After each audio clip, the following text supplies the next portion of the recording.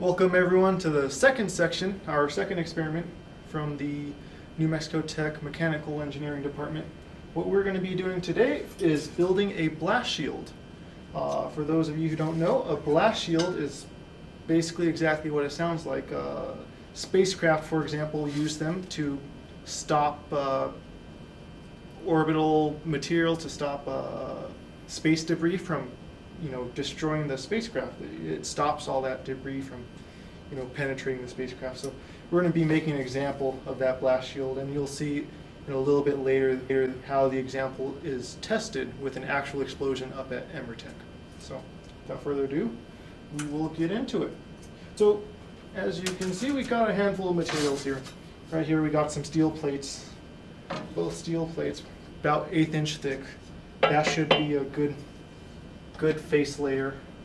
And then we have our aluminum honeycomb. That's going to be a spacer between the two layers, and you'll see this all when we go to put it together, but it's going to look something like that.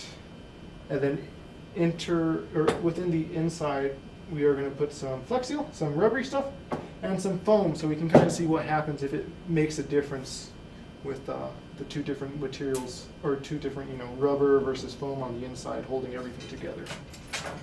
In the end, it should look something like this. Not too thick, not terribly heavy, but let's get to it.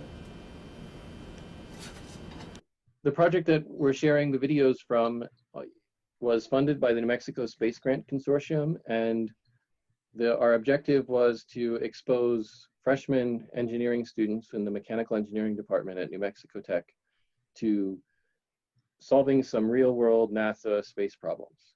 The specific problem that is addressed in this video is designing a shield to protect a spacecraft or satellite from impact from micrometeorites. Micrometeorites are small rocks or pebbles traveling extremely fast that could impact a spacecraft and cause damage. So the students were tasked with designing a shield of some sort to protect some sort of sensitive equipment from that level of impact. Part of this project, the students are given wide freedom to select a wide range of materials to design their shields out of. I've seen everything from phone books to paper, styrofoam insulation, fiberglass insulation, steel, aluminum, wood,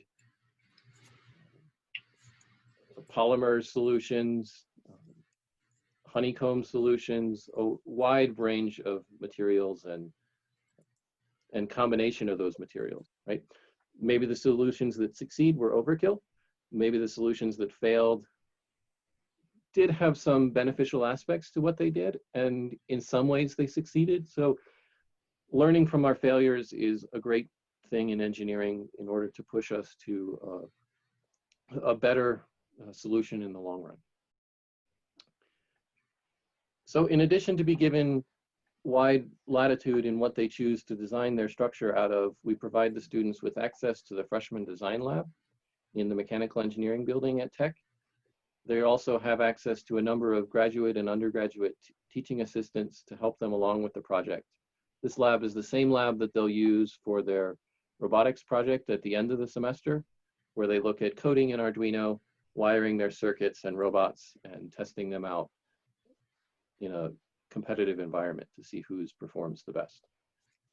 So both the blast shield project and the robotics project are team efforts. So this also provides them a place to come together and work as a team to solve their problems, bounce solutions off each other, and come up with the best options.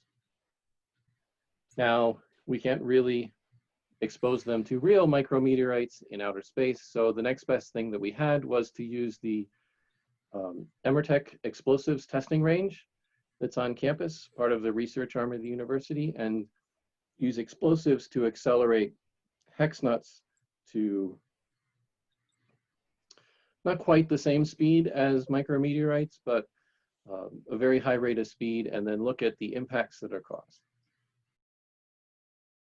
We have our first layer of steel, 1/8 inch of steel plate, and then we have our aluminum honeycomb here, and then our back face of steel.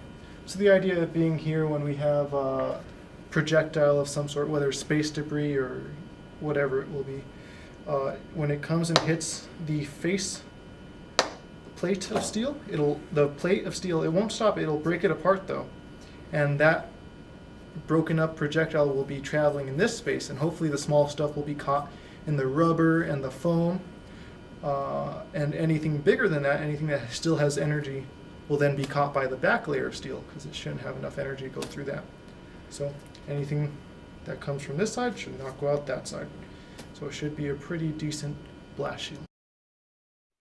Now that the students have finished building their blast shields, we're going to go out to Emertech, the Energetic Materials Research and Testing Center at New Mexico Tech, and set off an explosive charge it will accelerate pieces of metal into the shield. So the pieces of metal are going to simulate the micrometeorites, and then we're going to use some high-speed imaging to track the explosions pattern and follow the objects until they impact all of the shields. In this setup, the explosives charge is placed in the center, and then the student projects are placed all the way around the outside.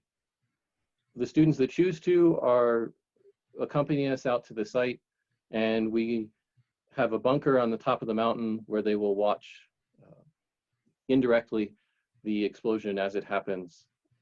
So we also get to experience Doppler effect. We're far enough away, because we need to be safe, that you can see what happens before you hear it in the class. Again, it contains 3.2 pounds of C4. Everybody have it? 5, 4, 3, 2, 1.